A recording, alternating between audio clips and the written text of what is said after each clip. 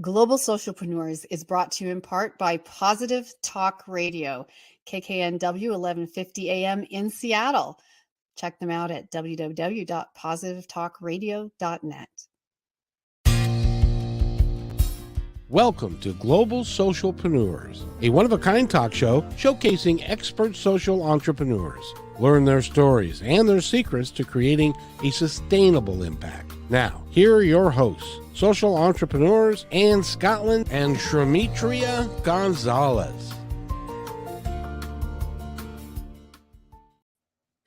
Good morning. Hi, SHAMETRIA. How are you? Good morning, Ann. I'm doing lovely. Wow, you look amazing for being on crazy jet lag. It's not overrated, is it? It's like a thing. Ooh, no, it's not. Yeah, me and you both decided to take a vacation right in between each other. No, that's the truth. That's the truth. But you were doing something really incredible and inspiring, and I just love to share that with our viewers before we get started. So tell us about what you were just doing and where. Yeah, no. So I went to speak at, well, not to speak at, I'm going to manifest that. I went to participate in a Tony Robbins event. I went diamond. I got to sit front row. It was beautiful. I think as entrepreneurs, we always have to continue the process of self-development and continue to be around other high-level achievers. So that was what I did. I decided to do it in the UK because I knew that that would challenge me to get out of my comfort zone. And it was called Unleash the Power Within. And so that really did help me. And I would say to close it off, flying first class, I got to meet Dean DeGrassi and got his contact information and was able to just have this amazing conversation. So I don't regret it at all. It was beautiful. Wow, that is absolutely amazing. So inspiring. I cannot wait to hear more about that. So thank you for sharing that with everyone. And so welcome back, everyone. You are in the right place for Global Socialpreneurs, our weekly show streaming here on USA Global. And me and my wonderful co-host, SHAMETRIA Gonzalez, are here with you today. Each week, we bring you the Socialpreneur of the Week. We talk to people who have been doing this, who did it from the grassroots, who are doing it now, or who are doing it for a long time, so that you can learn more about global socialpreneurship. We're really trying to create a new global conversation. I have a dream that what entrepreneurship was in the Western world, and especially in the United States in the 80s, 90s, early 2000s, which was more of a great mad money rush to the top, that social entrepreneurship will become now and in the decades ahead, that young people will aspire to use their entrepreneurial talents, but to be socialpreneurs. There's really no business that can't have a social or environmental initiative attached. And so we're going to talk to amazing people who are doing just that. So today we're talking to an amazing lady and friend of mine, and her name is Kim Schafer. Kim Schafer is a lot of things. She and I, you've heard this before, met each other at a conference where we were both speaking in Washington, D.C. for International Women's Day. I met a lot of great people there. But Kimberly Schafer is an inventor. She's a socialpreneur, and she is doing amazing things. So SHAMETRIA, if you're there, I just wanted you to come back on. Okay, good. I was making sure that we were all here in the room together. So I want to just share a little bit more about Kim before we bring her on. Yes. So Kim Schafer's an inventor. She's a socialpreneur who uses her product sales to help fight human trafficking, which is exactly what obviously I know you, SHAMETRIA, are passionate about. And is the true definition of a social entrepreneur, is using your products or sales in your business to help support a particular social initiative, or your business itself is the social initiative. So Kim is using her products and sales to help fight human trafficking. She spent 33 years in academic research at UC San Diego, and then retired and started her own business. So anyone who thinks they can't start, it's too soon, it's too late, forget it. There is no age when it comes to being creative and doing what you love. Kim developed and patented the Ring Thing, which is a product for safely storing jewelry in all those places that we tend to lose them, where I've lost them on airplanes. SHAMETRIA, I'm sure you can imagine what that would be like, etc. So easy to do. And Kim Schafer is currently chairs the Rotary District 5340 Anti-Human Trafficking Task Force. They're in San Diego. She chairs the Rotary Anti-Human Trafficking Task Force. So please welcome Kim Schafer. Yes. Hi.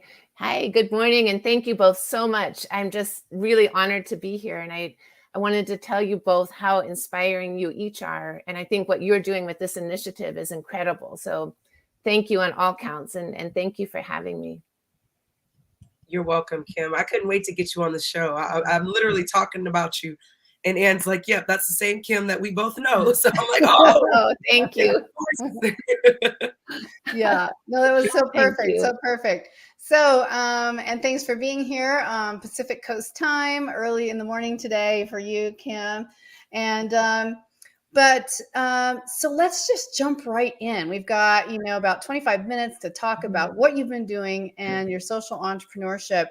So, first of all, tell us a little bit about your background, and then we'll talk even more later in depth about your products. Yes. Okay, sure. I'd be happy to. So I worked at University of California at San Diego for 33 years, as you mentioned, and I had a wonderful career. I was the administrative director of the Center for AIDS Research for 15 years and the director of clinical operations with the Alzheimer's Disease Cooperative Study for 14 years. So I often felt like the conductor in an intersection, which is kind of directing the traffic of the research. And I had the opportunity to work with some of the world's leading researchers. And it was one of the things I really appreciated is that every room I was in, there was always someone smarter than me in the room. And that's certainly true even here right now. But I had a fantastic career. And along the way, I started thinking about the ring thing. And I was at a nail salon and didn't have anywhere to put my rings.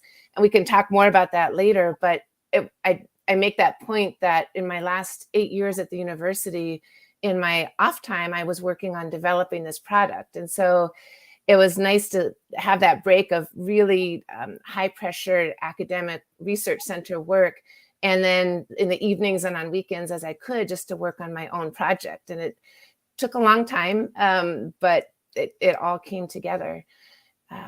So that's incredible. What an amazing story. And I just love, having careers back to back, entrepreneurial women powerfully going in, saying, listen, just because I could retire and twiddle my thumbs, I am going to do something important. I'm going to be creative and I'm going to make an impact.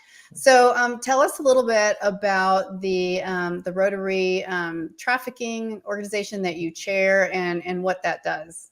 Sure, absolutely. So Rotary has more than 1 million members worldwide. And in San Diego, there are 65 clubs, and those are organized into a district. So at the district level, across all of those clubs, we have a task force. I've been the chair of it for about a year. The task force has been in existence for 3 years. So I took over from one of the founders of the task force. And we're made up of members from, I believe, 15 different Rotary clubs right now. We're really focused in 2 areas. The first is doing projects with local nonprofits that are focused on supporting survivors of human trafficking. So we do work projects at the homes. One of the things that's been really important and telling for us is that by us going to the survivors' homes where they're undergoing treatment and training, we go in and we don't work directly with the survivors of trafficking, but we help around the house. We might do landscaping or repairs on the home, and then we leave. And one of the things we realized and learned was that it's really important for the women, primarily women who are coming out of trafficking, to see that people can just do good things because they want to do it. There's nothing transactional about it. We're not asking them for anything. We're just there to help, to give, and to leave. And that has been very powerful for all of us on the task force and in the Rotary District. We're also now starting to talk with local groups about prevention. So we just yesterday had a call with a foster group, a foster youth support program, to see how we can offer support to foster youth who may be at risk for human trafficking. So we're looking at both the prevention side and also helping survivors as they need mentorship and training.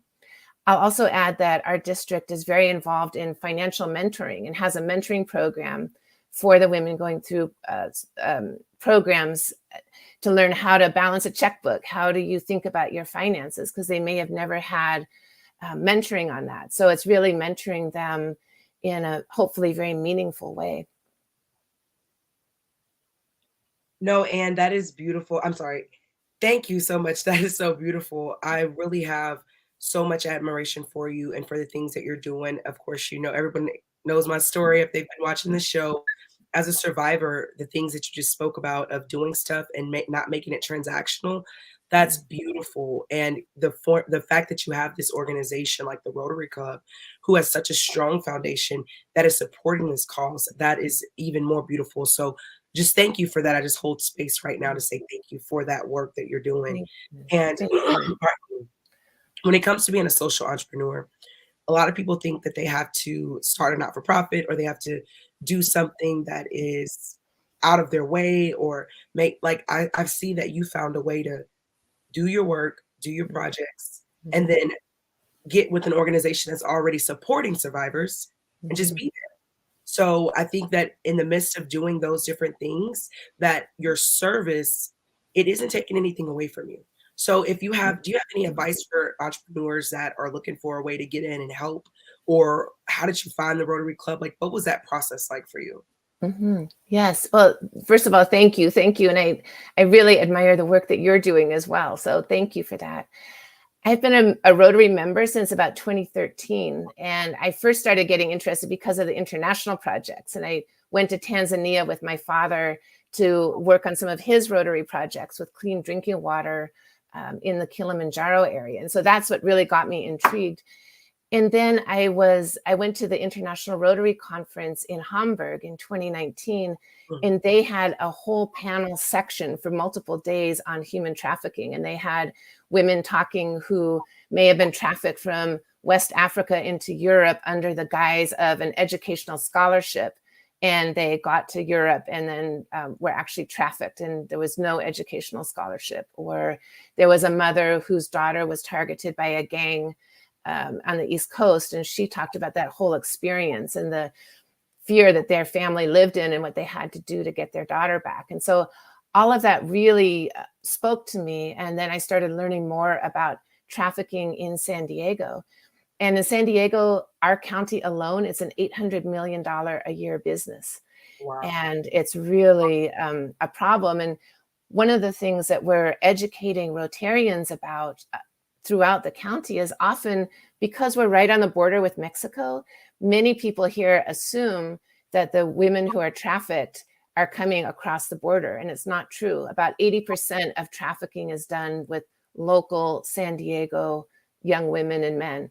So it's really a local issue, and we're really looking at that and trying to see what we can do to address it locally, including educating people, not just Rotarians, but people across the board. What can you do? And SHAMETRIA, I've heard you say, you know, if you see something, say something. Yes. And just teaching people, like, what are those signs that you might see and how do you say something? Wow. So we're working really hard on that. Wow. No, thank you. Thank you so much for that. Welcome back, Ann. So we just were kind of going over what most social entrepreneurs think they have to do versus how easy it is to help.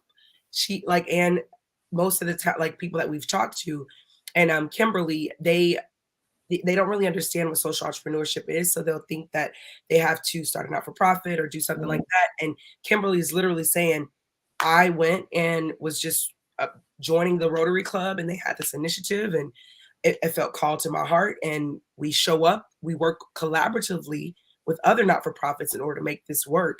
And I think that that's one of the biggest takes, that for the social entrepreneurs out there listening, you don't have to start something from the grassroots. You don't have to reinvent the wheel. You just have to take a cause and join that cause. But also, if you have proceeds or a business, there's ways that you can give back through just financially, but she gives back by going and serving with her hands. So I just think it's brilliant all around the board. Oh, thank you so much. I appreciate that. And I would also add to your point about how people can get involved in whatever their passion is, even when they're just starting their business. So I do give a small portion of each sale Yeah. to one of the local nonprofits. Wow. I also donate when they've had fundraisers to raise money for them. Yeah. I've donated product so that they can sell that and get some of the proceeds from that. So I would say as now that my business is growing, but especially in the beginning, I'm still not able to write $100,000 check. You know, I'm not able to do that. And I hope too soon, but I'm not able to do that. But I would say to anyone to find their passion and then just find whatever small ways you can give. Like, as you said, SHAMETRIA, whether it's through your own efforts, through donating product, or just giving a small amount of money, or putting information on social media about the cause that you support. I love that. And social media is such a powerful part of it. And the idea that social entrepreneurs, I think the biggest difference between just having a business and making an occasional donation, there's a fine line. We always say this: social entrepreneurship is not rigidly defined, so it gives us a lot of wiggle room. However, you know, the difference really is that it's intentional. That's the difference. That a person's business, their entrepreneurship, is set up with an intention, either from the beginning or starting now, with an intention and a commitment that certain percent of the proceeds, profits, are going to go to this particular charity. And not only is it more motivating to the individual, but it's also motivating to the customers. I love what Tammy Jordan said from Fruits of Labor. I think we may all actually in this room know her, when she was on a few weeks ago, and she talked about, she said, when I talk to social entrepreneurs, I always encourage them not to worry about what comes first. Is it the initiative or is it the business? Don't worry. For her, the business came first and the initiative came second after she visited a woman in her local prison and decided to go into helping create a rehabilitation program for ex-con women through her 5 bakeries and the other things she does. So it's like, you don't know what's going to come first. There's no right or wrong answer. The idea is having a mindset that's open. Instead of a business being entirely for profit, for individual profit, for corporate profit, it is built around the concept that it is supporting an initiative, which is exactly what you're doing, Kim. So, and I love how you suggested for people to, you know, just taking small steps, looking for opportunities. If you don't know your passion project yet, then check out a few things. Find the thing that really clicks for you. Yes, it's true. Now, Kim, I want to pivot because ring thing. Now we got your cause out. We have your cause. Everybody kind of knows what that is. And we see why you want to do it. Take us back to that moment when you were in the nail shop and you were like, where do I put my ring? Like, I have nowhere to put it. I don't want to lose it. Like, what was that moment for you? And what was the epiphany to make you act on it?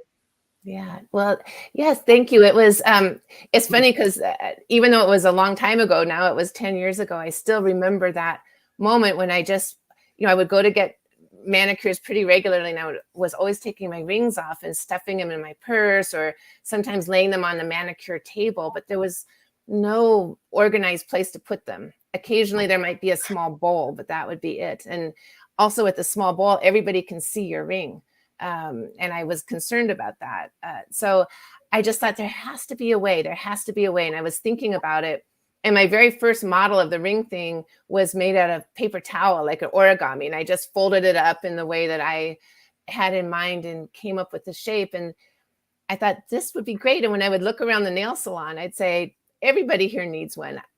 Every single person is facing the same issue as I am. And then as I looked at my own life, I saw the need grow. I would go to the gym and take my rings off when I went to get a massage, or when I was traveling and taking multiple rings with me. So it just really grew. And at the same time, I was a little bit stymied because I have this model. I had the idea and I had no idea how to manufacture anything. I didn't know anything about injection molding. So I just started step by step, and I hired an engineering intern at the university to help me with the drawings one summer. So he did the initial drawings for the ring thing, and he got the first 3D model made. And to tell you how much things have changed, the first 3D model cost $100 to make. And now I think you can probably get a 3D model for, $15. But Wow, right? yeah, so that has really changed. But then I just started reading about how do I do injection molding? What is an injection molding company? And because I was working in a very high pressure job, I could only work on the ring thing bit by bit along the way. And that actually turned out to be to my benefit in many ways. I was able to work with an attorney and get the patents filed. I was able to start the company, and along the way then find an injection molding company. So it all kind of came together. It took a long time, and it was 2021, early 2021, before I actually had any product to sell in my hands. So it's an 8-year process to get it, but it was worth it. And I just kept thinking, I don't want to get to the end of my life and wonder what could have happened. I want to try. I really want to try this. Wow. That's beautiful. No, thank you for sharing that, because some people, they have to go back to that moment and remember their why. And most people think, oh, my why has to be so. No, my why is I needed somewhere to put my rings. Like that thing. But when you worked on it little by little by little, and you were able to work collaboratively with an intern, people think, like I also did that with my project when I had a Robertson Scholar from Duke University. That was my intern all summer when I first was starting my project for women that had been trafficked. So she helped me create everything. And so like just that internship work, like finding people to help you do what you need to do, and also doing it on budget and taking your time, that patience. How long do you think it took you before you were actually able to start? Like, and you had it in your hand, and how many years? So people can really understand. Yes, I would say it was a good year to year and a half before I had a 3D model in my hand. Yeah. And then it was late 2020 before I had that first prototype in my hand. Wow. So it was 7 years. Yeah. 7? Yes, 7 years before I had actually the first prototype. And so it was a very slow, and I was working on grants. And so, along the way, like we put in, I think 2 5-year applications to NIH for $15 million grants. And there were times when I would literally sleep on my office floor. And so I would just sort of have to accept, I'm not gonna be able to work on the ring thing for a little while. And then I would always keep coming back to it. And I really, when I was in school, one of my advisors told me that the people who succeed aren't necessarily the smartest, but they're the most persistent. And so that's always stuck in my head. And I thought, I'm just going to be persistent, and I'm going to keep going at it. All right, that's some keys to all the social entrepreneurs out there listening. Are you willing to give up 7 years for your dream? Like, seriously. Some people, we just want it right now. And to me, I think that having entrepreneurs come on here, social entrepreneurs that now can say, I do this, this, and this, but they never really have broken down how long it took them. So I thank you for diving into that. Thank you. Yeah, thank you. Thank you for asking. Welcome. Yeah, I guess I was muted. And being realistic, so that people understand, how long it takes. It doesn't have to be that long. Other people may start with a business that is already existing and decide to restructure it in a way so that it becomes a social entrepreneurship to support a specific cause. But being an inventor is absolutely brilliant. I love inventors. I love women inventors. And I just think that, that entrepreneurial spirit, that energy, the dedication is a lot. And a lot of people say, I don't know. But I find, and this is just my own experience, I find when there's a passion attached, it becomes even more empowered in building the business, in promoting the product, because now you're not just doing it for yourself. You're doing it to help women recovering from some of the worst experiences that could be experienced. So now you're like, this is not just about me succeeding, because, I could quit. I wouldn't starve. I'd probably have a roof over my head. Someone would let me live with them, whatever it is. You're retired anyway, right? Like, but what makes me get up in the morning and not just entertain myself to death every day, watch TV 24 hours a day? Like why? Because you're making a difference as a human being. You're making an impact in the world. And I love that this can be applied to any level of business, from a cleaning business out of your home, a babysitting business out of your home, to a giant corporation. It can happen in any country of the world. Anyone, almost anyone, can be a social entrepreneur. I think the biggest criteria is a good work ethic, but even more, a commitment to the cause and a willingness to get the help, the support, the coaching, whatever that means, to have a business plan and be organized in the way you run it, because you're not just running it as a charity, as a handout. You're like, this is a business. In order for it to be successful, even after I maybe walk away from it, it has to be structured in a certain way, which is really, really beautiful. So how did you find funding at the very beginning, Kim? Because I know that's one of the questions we get a lot from social entrepreneurs. Sometimes it's their own, sometimes it's a mixture of things. What was your journey? So for me, it was primarily, and I agree, I mean, that's a really big challenge. For me, it was primarily my own funding. And that's also where the long development process helped. I had enough money to pay the intern over the summer, and then, the next step didn't happen for a little while. My father also made a small loan to me to help with the patent filing. And so that was very helpful.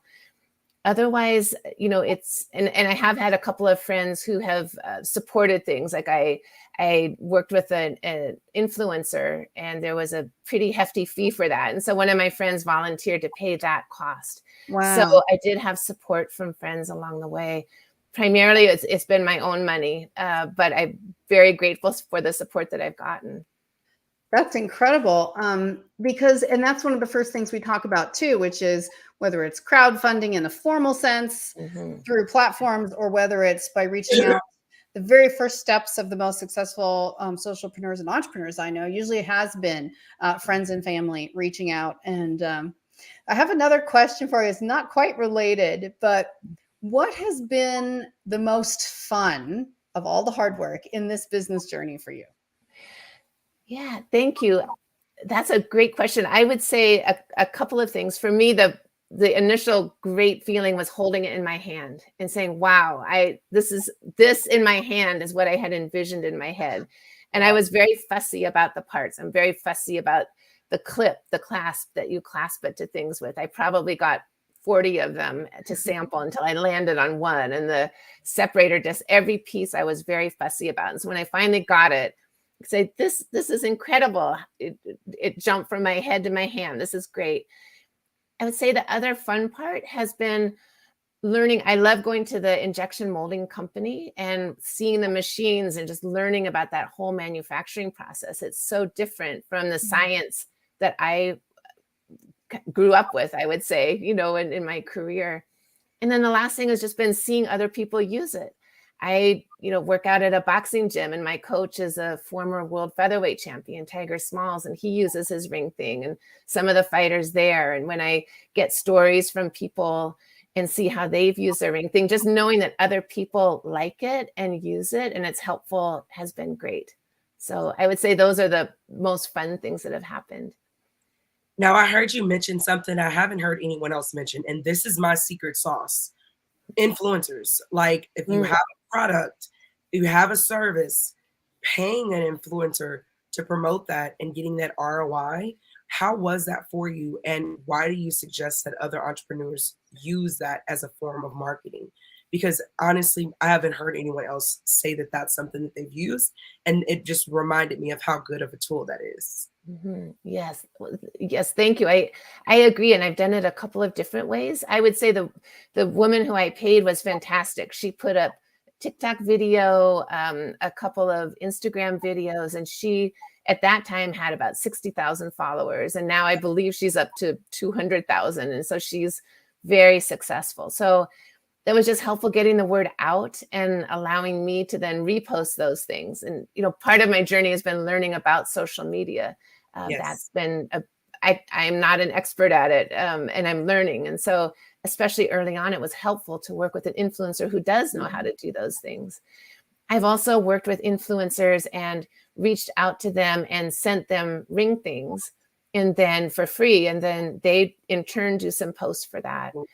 And you can also offer people a code. So, I would say, SHAMETRIA for your followers, I can set up a code and they can get a 10% discount, or, so that's another way. And then I give them a portion of each of those sales using the code. So there's different ways to pay, because it can get very expensive with influencers. Yeah.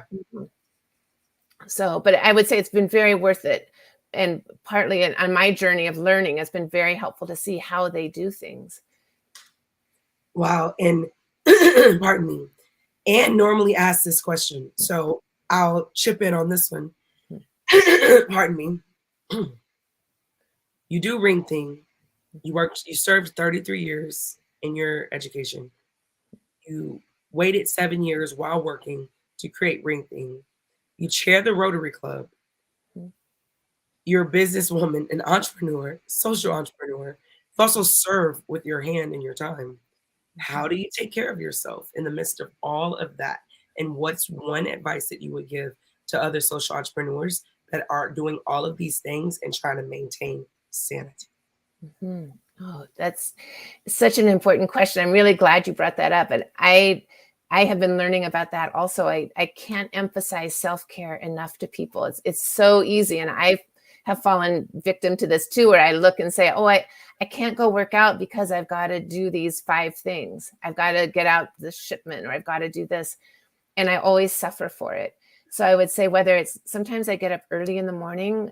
I'm Buddhist, and so I meditate every day. So for me, sometimes it's getting up early in the morning and making sure that I have my meditation session in the morning.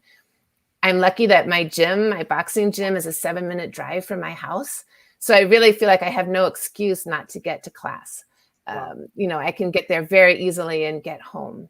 So, it does mean making that a priority. And tomorrow I'm leaving to go away for the weekend with some of my girlfriends in Cleveland. We're all getting together. And even with that, I have found myself really having to tell myself, you deserve this, because I look at it and say, is it really a good time for me to be away? I could get all these things done. And I'm really keeping myself focused on, no, self-care is important, and you got to take a break sometimes. And in the larger picture, but on a daily basis, whether it's carving out 15 minutes of quiet time, going for a walk in between tasks, just finding a way to do some personal care in there. That would be my biggest advice to anyone, but especially social entrepreneurs. Don't get so caught up that you don't take care of yourself. You can't pour from an empty cup. Because I think we all in this room have experienced burnout. We all know what that is like, hitting the burnout point.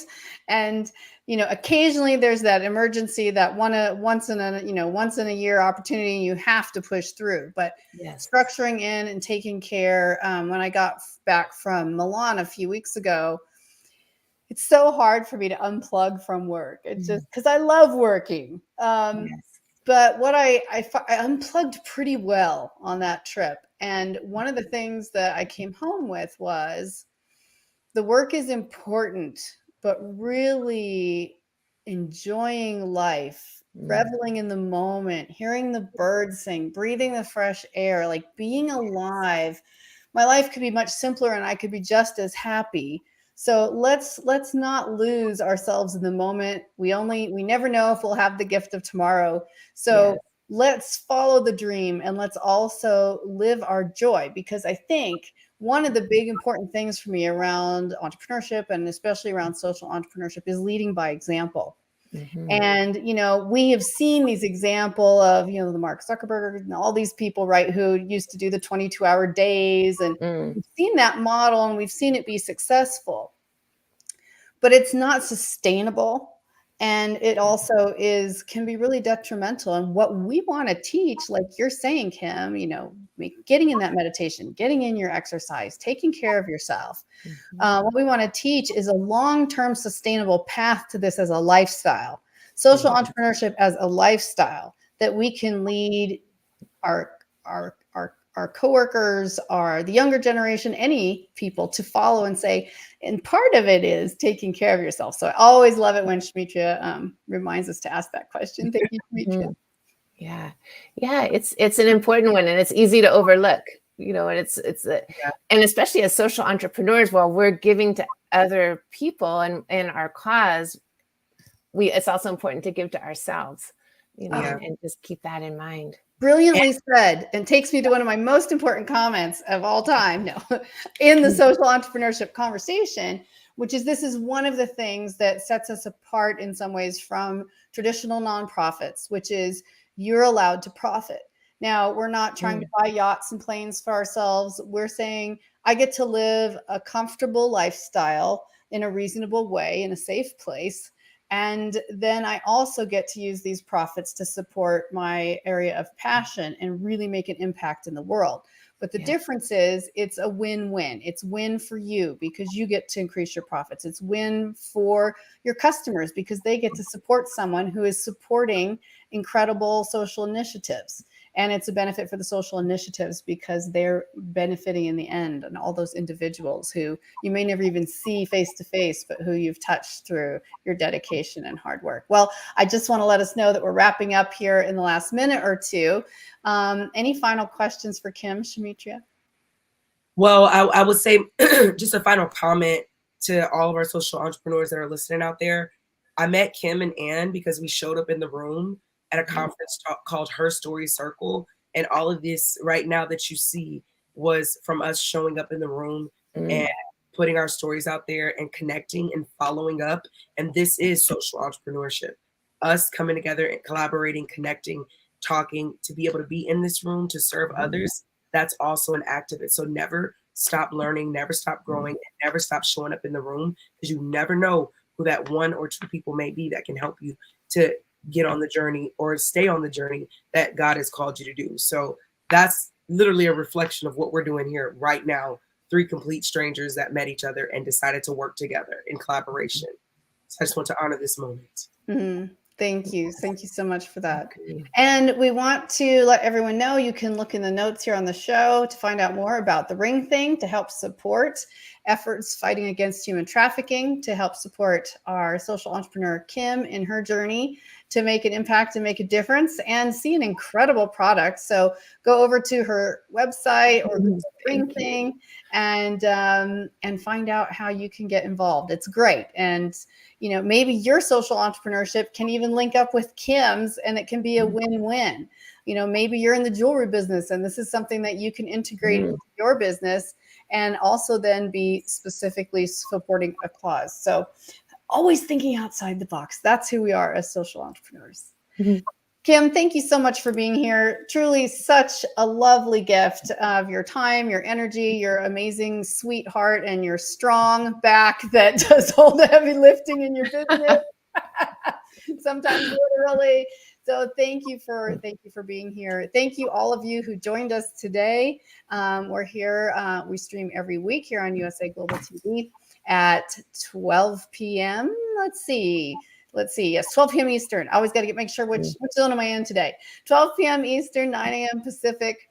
Check us out. Also, you can click over to our playlist and see some of our other episodes from other incredible social entrepreneurs. And join us next week. We have another amazing story coming to you from a gentleman in Texas who is doing amazing things for families and families of cancer victims and survivors of cancer. Really a passion project. You're going to love that as well. Thank you so much for being here. Thank you for having me. Thank you so much. Yes. Be well and be kind. Bye. Bye.